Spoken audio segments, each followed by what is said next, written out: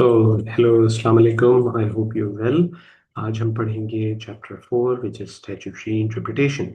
Statutory interpretation हम किस चीज़ को कहते हैं, ये एक इम्पोर्टेंट टॉपिक है और ये प्रैक्टिकल लीगल नॉलेज भी आपकी जो है इस पे होनी चाहिए और एट द सेम टाइम ये थ्योरेटिकली भी ये बहुत इंपॉर्टेंट टॉपिक है। देखिए, फर्स्ट ऑफ ऑल जो चीज़ आपने याद रखनी है, अदालतें जब भी कानून की इंटरप्रिटेशन करती हैं तो वो किसी वजह से किया करती हैं और उसका भी कोई ना कोई लॉजिक हुआ करती है। There is a method to the madness. ऐसे ही नहीं होता कि they start doing something and that is जो है वो अलाउड। तो there is a way of doing it. और दूसरा, अदालतों ने अपने पे कुछ सेल्फ इम्पोज्ड रूल्स क्रिएट किए हुए और ये कि प्रेसिडेंट्स हैं कुछ जिनको फॉलो करते हुए वो ये सारा काम किया करते हैं। तो नंबर वन पे आपने याद रखना है कि the British courts apply a couple of rules to how they will interpret the law. Statutory interpretation means interpreting statutes, that is law enacted by parliament. So how that is done, because we have to keep in mind that parliament in the United Kingdom is sovereign. It holds the key to everything. It is the living breathing constitution of the land. So therefore maintaining its absolute sovereignty is very important. First of all, we will look at the literal rule. This is the first rule of statutory interpretation. As the name suggests, it takes things literally. It is not an imaginative approach. It, it interprets the law as it is written and applies simple meanings in the dictionary sense as well. The judges will not go beyond a certain point. They will not use their imagination. They will not create very diverse interpretations. They will just stick to what Parliament actually said and wrote. And they will also stick to the literal meaning, the literal dictionary meaning of the words in the law. This basically aims to preserve parliamentary sovereignty. Lord Escher's remarks are stated here in the book, and they shed a very good light on how we articulate this particular concept. In R versus Judge of the City of London Court 1892, he said, if the words of an act are clear, then you must follow them, even though they may manifest absurdity. Absurd bhi ho jaye, even if the outcomes are absurd, it does not matter to us. It is not our place to judge whether Parliament wrote something that has absurd meanings or not. It is our job as a judge to simply interpret as the word of law is written. The use of this rule is illustrated further in Whitley versus Chappell, where the defendant was charged under an act that made it an offense to impersonate any person entitled to vote. So, therefore, this person was actually there voting for somebody who had passed away a while back. So, therefore, as that person was not alive and this person was caught and they could not vote because they were impersonating another one, as that person was not alive at the moment, he could not be prosecuted further. The court held that the defendant was not guilty since a dead person is not, in the literal meaning of the words, entitled to vote. Now, you can see the absurdity taking place here because this person is actually trying very hard to commit voter fraud, but they failed in doing so because they picked a person who had passed away and whose presence in the register of voters was stated as deceased. So the intent to commit fraud was still there, yet the law was interpreted very literally, and this person was allowed to leave. London and Northeastern Railway Company versus Berryman. This is a very heart-wrenching case. I personally feel that this could have been avoided. There was a miscarriage of justice, in my opinion, but the judges carried it anyway. So basically, in this case, there was a railway worker who was doing maintenance work, which was oiling points on the railway line. He died while doing his job. His widow tried to claim compensation because there had not been a lookout man provided by the railway company. In accordance with the regulations under the Fatal Accidents Act, this stated that a lookout should be provided for men working on or nearby the railway line for the purpose of relaying or repairing it. However, as this guy was just maintaining the line, he was not a relay worker, not a person who was in charge of repairing things or somebody who was a repairman. He was cheated out. His widow was cheated out of her compensation.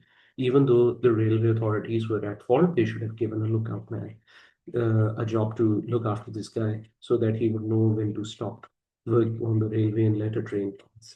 The court took the words relaying and repairing in their literal meaning and said that oiling points was maintaining the line and not relaying or repairing, so that Mrs. Berryman's claim failed.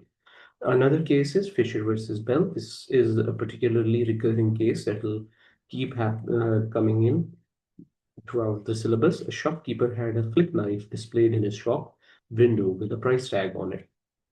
The Restricted Weapons Act 1959 made it an offense to offer such a flip knife. So flip knives are a very sensitive subject in all legal jurisdictions, whether it's European, American, or even Pakistani.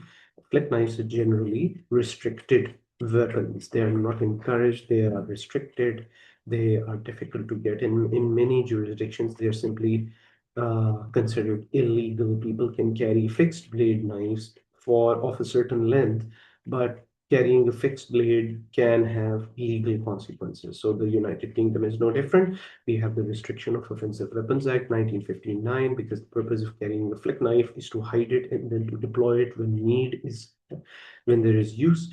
It is not to cut things like rope. It is not there to cut things like fruit, etc., or meat. It is specifically built to fight and kill somebody or injure somebody.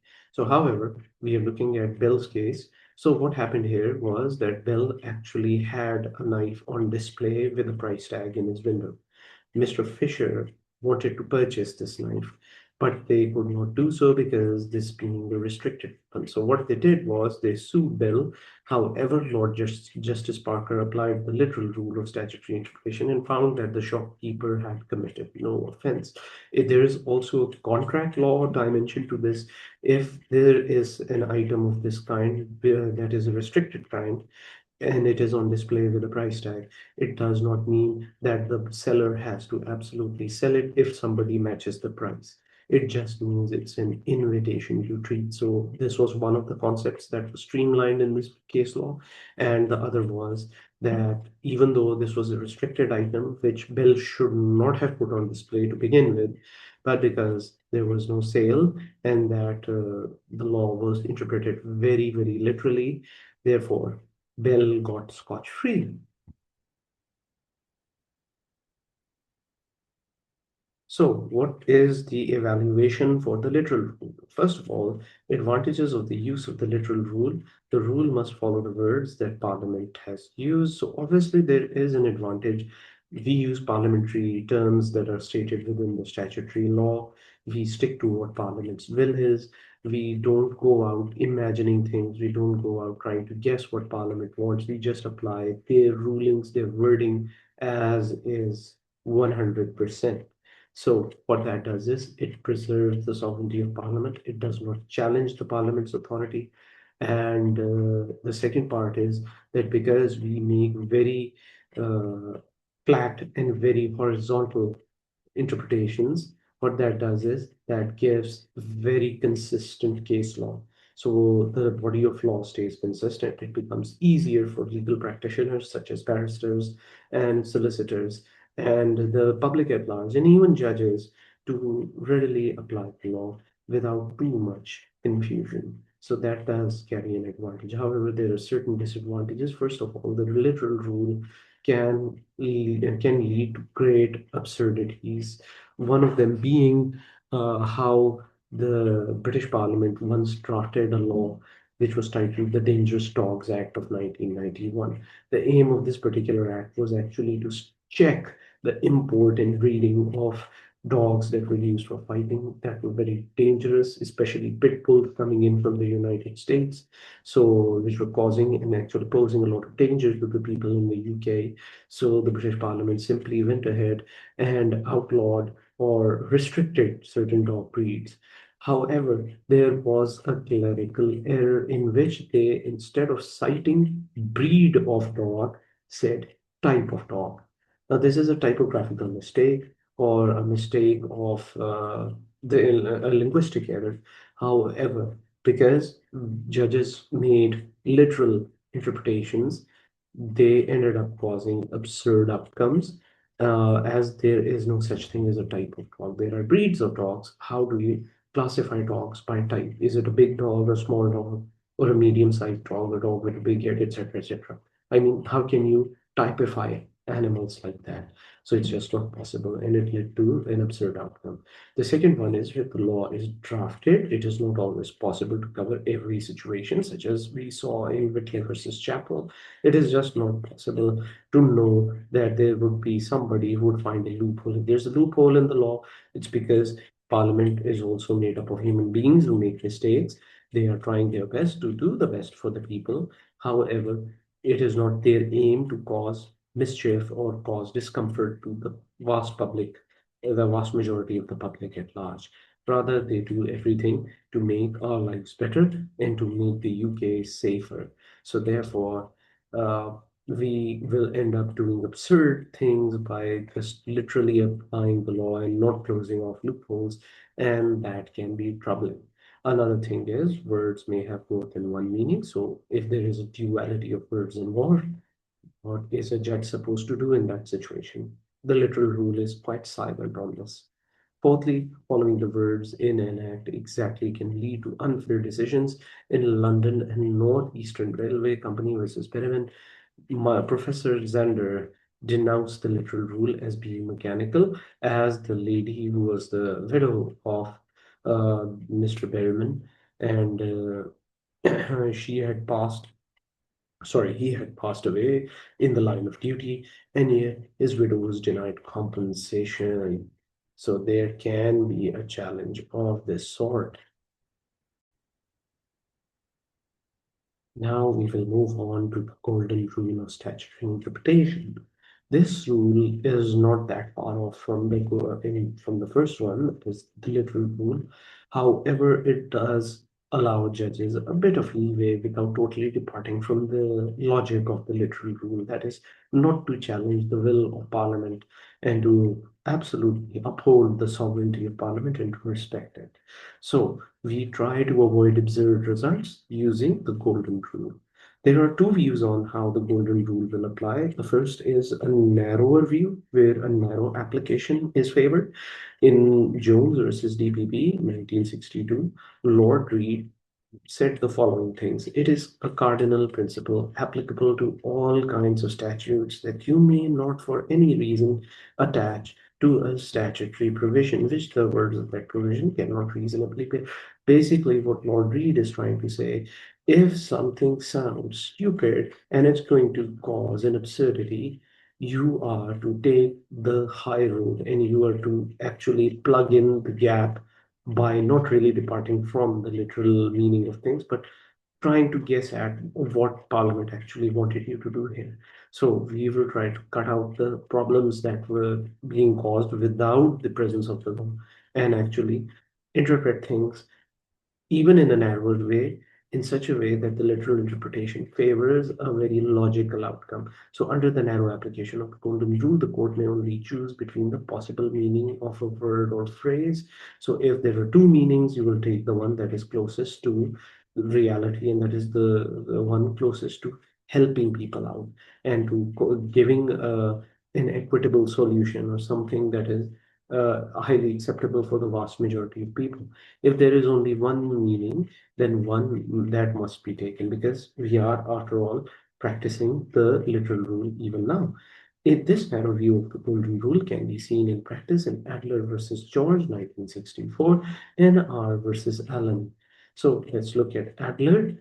In this, the Official Secrets Act 1920 came into view, and it actually made it an offense to obstruct Her Majesty's forces in the vicinity of a prohibited place. Now, this is a very interesting case, and you have to focus on the word vicinity, as the defendants obstructed Her Majesty's forces in their base, and the prohibited place, the defendants argued they were not guilty, as the literal wording of the act did not apply to anyone in the prohibited place.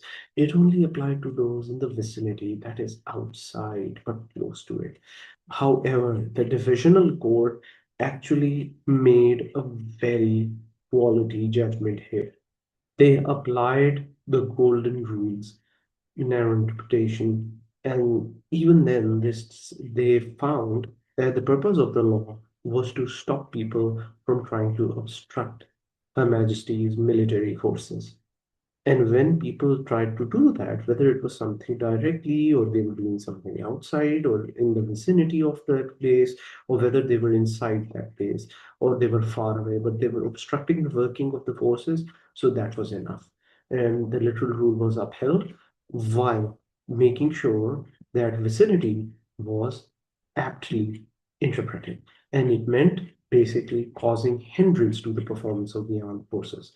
R versus Allen in 1872, the defendant tried to marry again while he was still married. So there was a persisting marriage. And basically, what happened was this guy was trying to commit bigamy. So he tried to take another wife. He was charged under the section 57 of the Offences Against the Persons Act 1862, and this act actually makes it an offense to getting married, even though you're already married. It tracks a charge of bigamy basically, and the defense this guy had was that he had not solemnized properly observed marriage. There was no certificate, there was no nothing. It wasn't even a paper marriage. It was something that was solemnized without any paperwork, perhaps not even more than one witness, perhaps the pastor or the vicar himself. That is all. However, the courts applied a good approach, that is the golden rule, and though they did not depart from the real meaning of the law, they understood that this guy was trying to play the system. They did not allow that. They said because there was a marriage and it was highly probable that he was married again and he was presenting himself as such. Therefore, there was a presumption that that person was trying to get married again or had already remarried. So a charge of bigamy would actually be attracted in this case. So, what do we see when we apply the golden rule with a wider lens? So, the first of all, the first thing that we notice is the golden rule is where the words have only one clear meaning. But if that meaning was used, it would lead to repugnant outcomes or a repugnant situation. It is the job of the court to try to avoid such situations. So basically, in such a case, the judge will modify the words of a statute to avoid the problem. So basically, we don't want repugnant situations. That's the important part. So an example of this would be Ree versus Sixworth, 1935. In this case, it's a horrifying case, basically. So what happened was that Sixworth, a guy, killed his mother in order to hasten the time that he got his inheritance. Now, he was arrested and everything, but he still had the right to claim inheritance from his deceased mother. So the court because the rules in the Administration of Estates Act 1925 allowed him to do so. He was the prime inheritor, and he was going to get all the money. However, this would mean that crime would pay, that this guy would have something to profit from. And it would create a bad precedent. It would actually give criminals and would-be murderers an excuse to kill somebody just because they were in the line of inheritance and they wanted their inheritance to come to them a bit quicker. So what the court did, there said there was no ambiguity in the words of the act, but the court was not prepared to let a murderer benefit from his crime. So it was held that the rule should not apply. They instead applied the golden rule and stopped and prevented the repugnant situation from materializing. Ergo, they did not let the son inherit. So effectively, the court was writing into the act that issue would not be entitled to inherit where they had killed the deceased. So there's an evaluation of the golden rule. So firstly, again, the rule aims to respect and apply the exact words of Parliament. Apart from limited situations, it allows the judge to choose the most sensible meaning, which would be, as we saw in R versus Allen. It can also provide sensible decisions in cases where the literal rule would lead to a repugnant outcome. For example, Ree versus V6 with 1935. However, there are certain disadvantages. It is still a very limited approach to interpreting statutory law. And again, it is only used on rare occasions, and it is not always possible to predict when the courts will use the golden rule over the literal rule. Again, Michael Zander shed some light as and calls it a feeble parachute that judges ought to be more, but they're not. They're still hiding behind the literal rule in a way. My apologies. Now we will cover mischief rule. This is the third rule of statutory interpretation, and it will be followed further by some approaches that actually help judges flesh out how to do that interpretation. However, for the purposes of our lesson today, we will stick to the rules. So the mischief rule is actually something that gives judges greater leeway. Judges can actually use their imagination more. They can actually apply the law in a more creative way to get desired outcomes. So basically, what is the mischief rule? The definition of the rule comes from Hayden's case. Now, Hayden's case is a very interesting case. It was basically the result of King Henry VIII's ban on the Catholic Church and his campaign to eradicate Catholicism from the United Kingdom. And basically, all Catholic seminaries were banned and their lands confiscated or at least obstructed in some way. So in Hayden's case, one seminary's land was actually let to the Ware family so that the seminary could make some money. However, the government agents responsible for making sure that Catholic seminaries could not gain or profit and fuel a rebellion later on confiscated the land. The owners of the land, that is the owners of the seminary, actually challenged the king's agents, and Hayden's case became a very important case law in this regard, where it was said that there were 4 points the court should consider, and these in the original language of that old case were number one.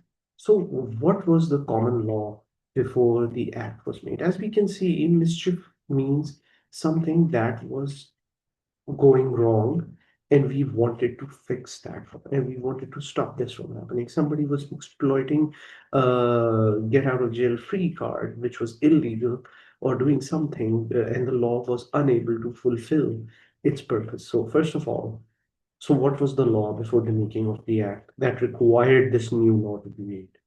What was the spirit of the previous law? That's important to us and it's relevant to us while deciding cases under the mischief rule. So, what was the mischief rule? What was the mischief? And the defect for which the common law did not provide. This is an important point that needs to be understood by the judiciary and the lawyers who are actually assisting the judges to come to a just conclusion. What was the remedy the parliament hath resolved and appointed to cure the disease of the commonwealth? Again, what was the remedy that parliament was aiming for? What were they trying to fix that was going wrong before? It's important that we know that in this particular case, King Henry and his parliament were actually attempting to stop the Catholic Church from fomenting rebellion, from proselytizing the Catholic faith, from making sure that they had money to perhaps swing the mercenaries and lords in their favor so that they would eventually challenge his dynasty, challenge the Tudor dynasty. So the king wanted that to stop, and Parliament did exactly that by enacting the law where confiscation and stoppages of land were allowed. So basically, this was the cure to the disease. So, what was the true reason of the remedy? To stop rebellion from happening, to stop Britain becoming subject to chaos. And therefore, the judges decided then the official office of all judges is always to make such construction as shall suppress the mischief and advance the remedy.